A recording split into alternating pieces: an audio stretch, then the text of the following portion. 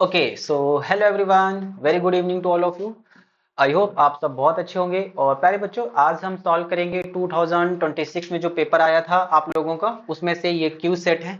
और हम करेंगे इंग्लिश के सेक्शन को, जिसमें सैनिक स्कूल में 25 क्वेश्चंस पूछे जाते हैं। और हम एक एक क्वेश्चन का डिटेल एनालिसिस करेंगे, सिर्फ ऑप्शन ही मार्क नहीं करेंगे बल्कि हम डिटेल एनालिसिस करेंगे कि किस क्वेश्चन का आंसर क्या हो सकता है और उसके पीछे का कॉन्सेप्ट क्या है। क्योंकि आप सब जानते हैं, मैं फर्स्ट क्लास से ही आप लोगों को सिखाते हुए आया हूं कि कॉन्सेप्ट को आपको हमेशा ध्यान रखना है, उसको भूलना बिल्कुल भी नहीं है। अगर आपको कॉन्सेप्ट आता है ना भाई, तो आपसे एक भी क्वेश्चन गलत नहीं होगा। तो चलो स्टार्ट करें। आई होप आप लोगों ने ये सारे एग्जाम जो भी थे दिए होंगे, जिसने नहीं दिए हैं आपके लिए न्यू है। कोई नहीं, हम नई चीजें सीखेंगे कि किस तरीके के क्वेश्चंस एग्जाम में आते हैं और आपको उसको डील कैसे करना है। हमेशा याद रखना है बच्चों, क्वेश्चन के आंसर को रटना नहीं है, बल्कि आपको इस क्लास से अप्रोच सीखनी है कि क्वेश्चन को पिक कैसे करना है। ठीक है, तो हम स्टार्ट करते हैं। एक प्यारे से बच्चे ने एग्जाम दिया था, 2026 का है और ये क्यू सेट है। तो सबसे पहले आपसे ये सारी जो डिटेल्स है पढ़ लेना आपने, सब पे ध्यान रखना है। और हम आते हैं लैंग्वेज सेक्शन में। लैंग्वेज सेक्शन में अपने क्लास को स्टार्ट करेंगे और फर्स्ट क्वेश्चन देखेंगे। लिखा है filling the blanks with correct form of verb, यानी ये वर्ब टॉपिक से है। अब जैसे ही आप लोगों को सेंटेंस इफ से लिखा दिखाई दिया, आप समझ गए कि सर अगर ये सेंटेंस इफ से स्टार्ट हो रहा है, इसका मतलब ये सेंटेंस कंडीशनल सेंटेंस है। कंडीशनल सेंटेंस क्या होते हैं? ऐसे सेंटेंस जिसमें कंडीशन होती है। इमेजिनरी भी बोल सकते हैं, राइट? क्या बोल सकते हैं बच्चों? इमेजिनरी। अपने दिमाग में ही सोचते रहते हैं। और जो कंडीशनल सेंटेंस होते हैं वो तीन तरीके के ही हो सकते हैं, राइट? या फिर कोई सेंटेंस इफ से स्टार्ट हो रहा होगा तो यहाँ पर कंडीशन लिखी होगी बच्चों, और कॉमा लगाने के बाद यहाँ पर उसका रिजल्ट होगा। अब कंडीशन के हिसाब से रिजल्ट आता है। आप जानते हैं कि अगर कंडीशन प्रेजेंट इंडेफिनिट यानी V1 या V1 के साथ S और ES सिचुएशन में है तो ये प्रेजेंट इंडेफिनिट हो गया। तो रिजल्ट हमेशा ही विल के साथ V1 में बनता है।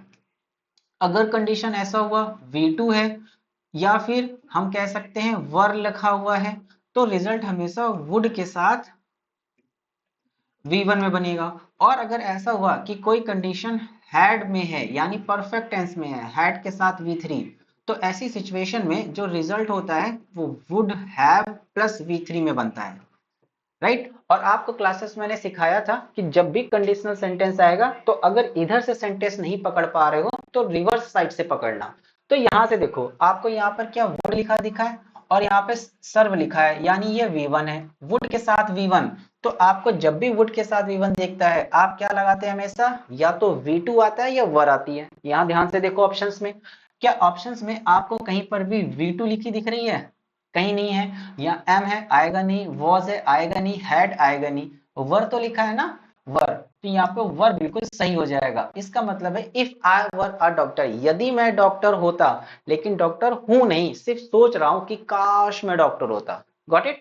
सो कौन सा ऑप्शन सही होगा? फर्स्ट वाला।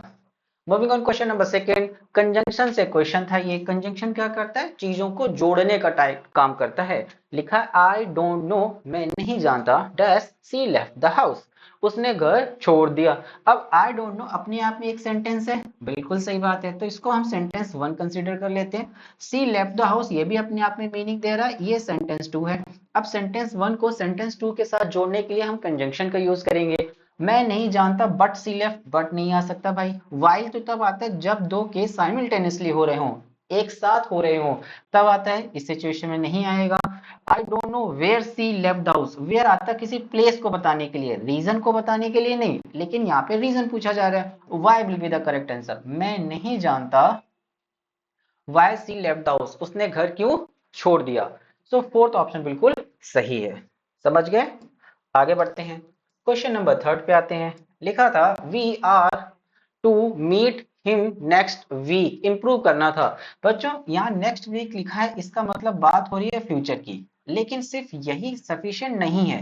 अगर फ्यूचर की बात हो रही है तो पास्ट की बात नहीं हो सकती। बहुत सारे बच्चों को लगा कि सर वुड लगा लेते हैं। भाई विल का पास्ट क्या होता है? विल का पास्ट जो होता है उसी को हम वुड बोलते हैं, राइट? लेकिन यहाँ would be meeting, no, incorrect है। हैव मीटिंग पास्ट प्रेजेंट है, नहीं आएगा। नेक्स्ट वीक फ्यूचर की बात हो रही है, तो सर इसमें तो ऑप्शन नहीं है ना सेकंड वाला। ऐसी कोई चीज हो जो फ्यूचर में फिक्स्ड हो कि होगी ही होगी, तो उसको हम प्रेजेंट के कंटिन्यूअस टेंस में बनाते हैं। तो we are meeting him next week, हम उससे मिलने नेक्स्ट वीक जा रहे हैं। पास्ट की जो फ्यूचर की जो मीटिंग है उसका टाइम फिक्स्ड है। ठीक है, मूविंग ऑन क्वेश्चन नंबर 4।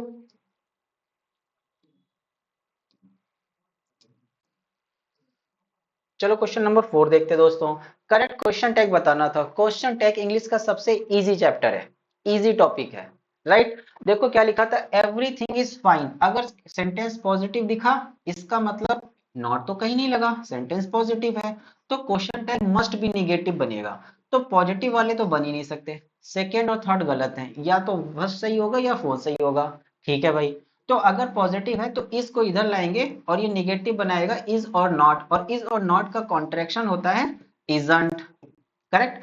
अब यहाँ एवरीथिंग लिखा है, थिंग तो कोई चीज होती है कि नहीं, और किसी भी चीज को रिप्रेजेंट करने के लिए हम क्या करते हैं, प्रोनाउन का यूज करते हैं, और प्रोनाउन इट कहलाता है। तो क्या बन जाएगा, isn't it, and after that question mark. कहाँ लिखा है, फोर्थ में। इजंट सो नहीं, fourth option will be correct answer. आगे बढ़े। चलो क्वेश्चन नंबर 5 देखते हैं। लिखा था filling the blank suitable question tag. Again question tag का है, लिखा है देयर इज नो डाउट। बच्चों यहाँ पर ध्यान से देखो, नो यानी निगेटिव कीवर्ड यू ऐड कर दिया, इसका मतलब ये सेंटेंस निगेटिव है, then the question tag must be positive. Let's start. If it is a positive and now is there, so is है, इसका मतलब हेल्पिंग वर्ब कभी भी चेंज नहीं होती, क्वेश्चन टैग इज के साथ बनेगा, नॉट नहीं आएगा क्योंकि नो तो पहले से ही लगा है। क्या इज इजंट निगेटिव हो गया, नहीं बनेगा, निगेटिव है नहीं बनेगा, निगेटिव है नहीं बनेगा, क्वेश्चन टैग पॉजिटिव बनेगा, और एक ही ऑप्शन है, second option will be the correct answer. आगे बढ़े। चलो ये देख लेते हैं भाई, 6 number. Correct meaning of sentence बताना था। लिखा था she lives in her ivory tower. देखो बच्चों ये एक ईडियम है। क्या है, ईडियम है। आइवरी टावर का मतलब हो गया एकांत प्लेस में रहना। कई सारे लोग आपने देखे हैं, साधु संत क्या करते हैं, तपस्या करने के लिए हिमालय पे चले जाते हैं। वो तपस्या तो यहाँ भी की जा सकती है, लेकिन वहां पे ही क्यों जाते हैं, क्योंकि वहां पर एकांत मिलता है, यहाँ पर कुछ ना कुछ लगा ही रहेगा। उसी एकांत वातावरण को हम आयोनी टावर बोलते हैं बच्चों, right. She lives on a beautiful tree house, नहीं भाई ऐसा नहीं है। अच्छा आयोनी टावर को आप ये भी कह सकते हो, ऐसा जो नॉर्मल चीजें, समस्या, दिक्कतें से ऊपर उठ चुका हो, वही लोग साधु संत बनते हैं, जिनको डेली लाइफ से कोई चिंता नहीं है, क्या होने वाला है नहीं होने वाला है, खाना मिलेगा नहीं मिलेगा, डजंट केयर। वो अपने में मस्त है, एक अलग ही दुनिया में, एक इमेजिनरी दुनिया में चले जाते हैं, है ना, कि अब मैं सामाजिक नहीं हूं। उसी को आइवरी टावर बोलते हैं। She lives in isolated building. बच्चों अगर ये सिर्फ लिव इन आइसोलेटेड लिखा होता तो ये सही हो जाता, बस बिल्डिंग नहीं आना चाहिए। अब बिल्डिंग आने की वजह से ऑप्शन गलत हो गया। She lived in difficult situation, गलत है। She lived in her imaginary world, बिल्कुल, वो अपने इमेजिनरी वर्ल्ड में अपनी दुनिया में चले जाते हैं, उनको फिर नॉर्मल दुनिया से कोई लेना देना नहीं है। Fourth option will be the correct answer for question number 6। Got it. आगे बढ़े। क्वेश्चन नंबर 7 देखो, लिखा है मीनिंग बताना था phrase one's cup of tea. जिसके बस की बात हो उसको बोलते हैं वंस कप ऑफ टी। जैसे कि आपने सुना होगा कि it's not my cup of tea, मतलब ये मेरे बस की बात नहीं है। To learn English is not a cup of everyone teas. इसका मतलब क्या हुआ कि हर किसी की बात नहीं है कि हर कोई इंग्लिश सीख पाए, राइट। ये सिर्फ एग्जांपल दिया है मैंने। तो यहाँ पर वंस कप ऑफ टी मतलब क्या हो गया, अपनी बात पे अड़े रहना, या फिर हम कह सकते हैं जिसको हम पसंद करते हैं वो काम करना। To keep distance, no. To carried away, no. To not to care, गलत। वंस लाइकिंग, हाँ, जो कोई पसंद करता हो, one's cup of tea. Okay, second option सही होगा। क्वेश्चन नंबर 8 देखो, टेंस का क्वेश्चन आया था बच्चों, लिखा था you have been working very hard. आप सबको मैंने सिखाया था अगर कहीं बीन लिखा दिख जाए तो वो सेंटेंस हमेशा ही बच्चों परफेक्ट कॉन्टिन्यूअस टेंस की तरफ इशारा करता है। और अगर परफेक्ट कॉन्टिन्यूअस हो, वो प्रेजेंट भी हो सकता है, पास्ट भी हो सकता है, फ्यूचर भी हो सकता है, डिपेंड करता है हेल्पिंग वर्ब पे। हेल्पिंग वर्ब हैव लिखा है, इसका मतलब ये टेंस कौन सा हो गया, प्रेजेंट का परफेक्ट टेंस हो गया। किसका हो गया, प्रेजेंट का परफेक्ट टेंस। तो ये पास्ट का परफेक्ट कंटिन्यूअस नहीं, फ्यूचर का परफेक्ट नहीं, प्रेजेंट के कंटिन्यूअस नहीं, present perfect continuous, yes, fourth option will be the correct answer, been की वजह से। ठीक है, आगे बढ़े, आते हैं क्वेश्चन नंबर 9 पे। क्वेश्चन नंबर 9 लिखा था कि डिग्री ऑफ कंपैरिजन बताना है। डिग्री तीन तरीके की होती है। पॉजिटिव डिग्री जिसमें कोई कंपैरिजन नहीं होता है, कंपैरेटिव डिग्री जिसमें किसी एक चीज का कंपैरिजन किसी दूसरी चीज के साथ होता है, और फिर होता है सुपरलेटिव डिग्री जिसमें एक चीज का कंपैरिजन बहुत सारी चीजों के साथ होता है। अब यहां पर देखते हैं, लिखा है do you work dash than Neelam. अब तुम्हारा कंपैरिजन नीलम के साथ है, तो कितने लोगों का कंपैरिजन हो रहा है? दो। या फिर इसको हम यहां से भी पहचान सकते हैं, देन लिखा है ना, देन हमेशा कंपैरेटिव डिग्री में आता है। अगर कंपैरेटिव डिग्री वाला वर्ड है तो उसमें हम मोर या लेस लगाते हैं, या फिर सफिक्स में हम लोग प्यारे बच्चों ई आर या आई ई आर का यूज करते हैं। ऑप्शंस देखते हैं। द मोस्ट गलत, द मोस्ट सुपरलेटिव, मच नहीं, एक ही ऑप्शन बचा भाई, more. A option is correct answer. आगे बढ़े, क्वेश्चन नंबर 10 देखते हैं। फिर से हमारे पास कंपैरिजन ऑफ डिग्री का क्वेश्चन आया है। अरुण रैन, रन की सेकंड फॉर्म है डैश ऑफ ऑल। अब देखो बच्चों, अरुण का कंपैरिजन सभी के साथ है, यानी किसी एक का कंपैरिजन बहुत सारे लोगों के साथ है। और जब एक का कंपैरिजन बहुत सारे के साथ होता है तो हम उसको सुपरलेटिव डिग्री बोलते हैं। और आप सब जानते हैं कि सुपरलेटिव डिग्री को हम एक दूसरी तरीके से और पहचान सकते हैं। उसमें या तो फिर द लगा होगा या फिर बच्चों वन ऑफ द लगा होता है, लेकिन यहाँ पे नहीं है, कोई बात नहीं। लेकिन ध्यान दो, कंपैरिजन तो हो रहा है ना, तो सुपरलेटिव डिग्री वाला वर्ड फास्टर नहीं, फास्टेस्ट ये कोई वर्ड ही नहीं होता। फास्ट पॉजिटिव डिग्री वाला वर्ड है। गलत ऑप्शन है, फास्टेस्ट ये बिल्कुल सही है, सुपरलेटिव डिग्री है। ओके, नेक्स्ट आ जाते हैं पैसेज पे। पैसेज प्यारे बच्चों बहुत ही प्यारा सा पैसेज था, और आई बिलीव कि इस पैसेज को अगर आप नहीं पढ़ते तो भी आप कर सकते थे क्वेश्चंस को। क्यों?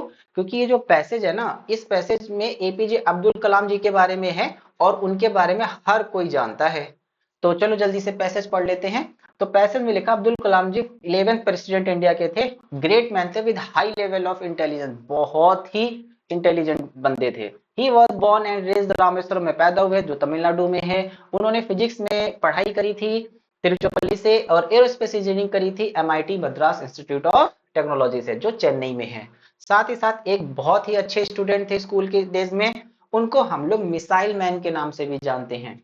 राइट, डॉक्टर कलाम क्या थे, अचीवमेंट था स्पेस टेक्नोलॉजी में। He played important role India Pokhran nuclear test 1998। हम जानते हैं अटल बिहारी जी की सरकार थी, वो प्रेसिडेंट थे, सॉरी अटल बिहारी जी प्राइम मिनिस्टर थे, उनके साथ ही ये उस समय उस जो न्यूक्लियर टेस्ट हो रहा था उसको कर रहे थे, है ना।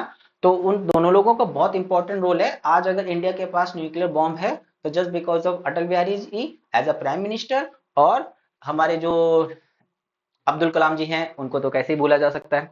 The original nuclear test India 1974, हालांकि 1974 में हमने ट्राई किया था बट हमें उसमें विजय नहीं मिली थी, बट 1998 में हमने बिल्कुल बना ही रख लिया था कि अब आओगे तो फोड़ देंगे। Okay, he had been awarded the Padma Bhushan भी मिला था, पद्म विभूषण भी मिला है, और नेशनल रिकॉग्नाइज किया जाता है अब्दुल कलाम जी को 79th birthday as a world student day. याद रखना, वर्ल्ड स्टूडेंट डे। चलो अब ऑप्शंस देखते हैं भाई, वन बाय वन। सबसे पहले क्वेश्चन नंबर 11 देखते हैं। उसमें लिखा था कि एपीजे अब्दुल कलाम कहाँ बॉर्न हुए थे, तो हम जानते हैं कि वो रामेश्वरम जो तिरुचिरापल्ली में था वहां बॉर्न हुए। भाई आपको तिरुपल्ली ऑप्शन में दिख रहा है, इसको मत लगा देना, ये बड़ी जगह का नाम है। पैदा तो किसी छोटी प्लेस पे होते हैं, तो उसमें एक जगह है रामेश्वरम। ए option will be correct answer. ठीक है, आगे बढ़े, क्वेश्चन नंबर 12 पे आते हैं। पैसे के हिसाब से देखते हैं इनकरेक्ट स्टेटमेंट कौन सा है। राइट, यहां से देखते हैं, doctor Kalam known as missile man of India, बिल्कुल सही बात है, उनको मिसाइल मैन इंडिया के नाम से जानते हैं, ये सेंटेंस सही है। तो हमें तो इनकरेक्ट ढूंढना है, तो गलत हो गया। कलाम प्लेड वेरी इंपॉर्टेंट रोल 1998 में, बिल्कुल, इनके बिना तो फिर बन ही नहीं सकता था। राइट, सही स्टेटमेंट है, तो गलत ऑप्शन हो गया। एपीजे अब्दुल कलाम को 11th प्रेसिडेंट ऑफ बोलते हैं, बिल्कुल, वो हमारे लिए प्रेसिडेंट के लिए भी इलेक्ट हुए थे, और उन्होंने 5 साल सेवा भी की थी देश की। नाउ कलाम रिसीव भारत रत्न, नहीं बच्चों, इनको भारत रत्न नहीं मिला था, इनको पद्म विभूषण और पद्म भूषण अवार्ड मिला था, भारत रत्न कभी नहीं मिला। तो ये सेंटेंस गलत है और हमें गलत ही ढूंढना था, तो A option will be correct answer. आगे बढ़े, क्वेश्चन नंबर 13 देखते हैं। लिखा था United Nation recognised as 79 birthday, Kalam को कैसे बोला था, वर्ल्ड स्टूडेंट डेज के नाम से, ना कि नेशनल, वर्ल्ड के लेवल पे। तो नेशनल साइंस डे नहीं, वर्ल्ड स्टूडेंट डे बिल्कुल सही। वह साइंस से रिलेटेड नहीं थे। नेशनल स्टूडेंट, नेशनल नहीं भाई, वर्ल्ड मानते थे। एक होता है नेशनल, एक होता है वर्ल्ड, तो वर्ल्ड के लेवल पे स्टूडेंट डे मनाया जाता है। तीसरा ऑप्शन बिल्कुल सही होगा, फोर्थ गलत है। नेक्स्ट देखते हैं question number 14। Kalam had been led India को achievement to another space in technology, parts of space technology. अरे भाई टेक्नोलॉजी क्या दिखती है? नहीं, ये भी जो मैंने पीडीएफ खोली ये टेक्नोलॉजी ही तो है। एक्चुअल में क्या मैं आपको ऐसे दिखा सकता हूँ? नहीं, ये तो सॉफ्टवेयर है उसमें खुली हुई है। तो ये क्या हुई? एब्स्ट्रैक्ट नाउन हो गई भाई। क्या हो गया बच्चों? Abstract noun. तो ये टेक्नोलॉजी क्या है? प्रोनाउन है, गलत। वर्ब है, गलत। एडजेक्टिव है, गलत। Noun, exactly. Four option will be correct answer. Moving on question number 15। Option बताने सिनोनिम। रिकॉग्नाइज करना होता है किसी को पहचान लेना, किसी को पहचान लेना। नोन नहीं, फैमिलियर नहीं। यहां पर आप कंफ्यूज हो गए, आइडेंटिटी या आइडेंटिफाई। बच्चों आइडेंटिटी मतलब होता है कि आपकी पहचान क्या है, और आइडेंटिफाई करना होता है पहचान लेना। राइट, तो ये आइडेंटिटी नहीं, गलत। राइट, आपके पास आईडी कार्ड होता है उसी को आइडेंटिटी कार्ड बोलते हैं। आइडेंटिफाई कर लेना, पहचान लेना, yes, second option will be correct answer. Question number 16 पे आते हैं। लिखा था filling the blank, correct preposition बताना था। He has retired dash the business. जब भी कोई किसी चीज से रिटायर हो रहा है, सेपरेट हो रहा है, अलग हो रहा है, तो ऐसी सिचुएशन में हम लोग फ्रॉम का यूज करते हैं। ए ऑप्शन में ही दिया है, सही है। करेक्ट प्रीपोजिशन बताना था। फिर से देखो बच्चों, airplane is flying dash the cloud. Airplane कहाँ उड़ रहा है? क्लाउड में। मैंने आपको समझाया था कोई चीज किसी चीज के जस्ट ऊपर हो तो हम ओवर का यूज करते हैं, और ऊपर तो लेकिन कहीं भी हो तो हम एवब का यूज करते हैं। अब बच्चों आप सब जानते हो अगर ये क्लाउड है तो प्लेन एक सिचुएशन में ऐसा कभी भी नहीं होगा कि वो भाई यहीं पे उड़ रहा होगा। ऐसा थोड़ी थोड़ी है, वो थोड़ी देर में हो सकता है यहाँ पर आ जाए, ऐसा हो सकता है। तो इस सिचुएशन में ऊपर हो भी सकता है, नहीं भी हो सकता, लेकिन ऊपर तो हमेशा ही रहेगा। क्लाउड के ऊपर हमेशा हो इट इज नॉट पॉसिबल, लेकिन ऊपर तो रहेगा। तो इसलिए बच्चों हम लोग ओवर नहीं लगाएंगे, जब 90 डिग्री ऊपर होते हैं तो ओवर लगाते हैं। राइट, अबव ऑप्शन बिल्कुल सही है, अबव द क्लाउड। 18 देखो, एडजेक्टिव बताना था। Blame, bite, blind, birth. Birth तो अपने आप में वर्ब है बेटा, बाइट भी अपने आप में वर्ब है, ब्लेम करना एडवर्ब हो जाएगा, ब्लाइंड भी बचा, एडजेक्टिव क्या है? Blind. Got it. Question number 20। Okay, अभी इधर रह गए, 19 पे आते हैं। She has dash for 1 month leave. अगर यहाँ पर हैज लगा है तो हम सब जानते हैं हैज या हैव के बाद, प्यारे बच्चों, ये प्रेजेंट परफेक्ट टेंस है। हैज या हैव के बाद हमेशा ही वर्ब की थर्ड फॉर्म आती है। राइट, अब यहाँ पे भी थर्ड फॉर्म, यहाँ पे भी थर्ड फॉर्म, यहाँ पे भी, यहाँ पे भी। अब देखो भाई कैसे करेंगे। अगर वर्ब की थर्ड लानी है तो देखते हैं, she has demanded for 1 month leave. क्या लीव कभी डिमांड की जाती है?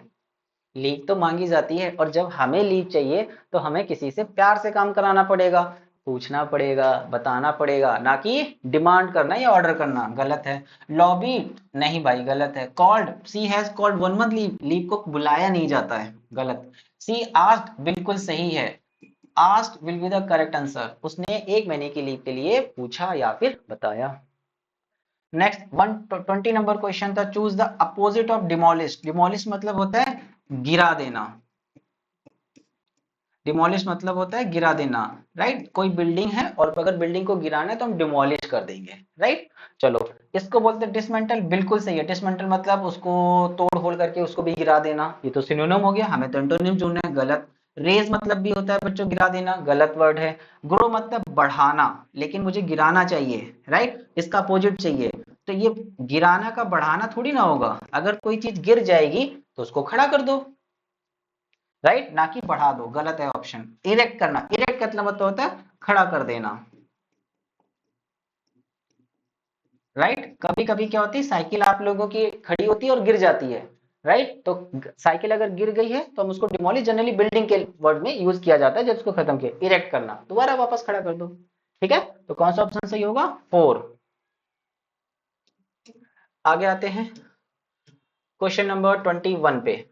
Complete the sentence, suitable article लगाना था। ये भाई, the darkest cloud has a silver lining, a silver lining, ये देखो क्या लिखा है, एस। अगर एस लिखा है तो ये कॉन्सोनेंट साउंड है।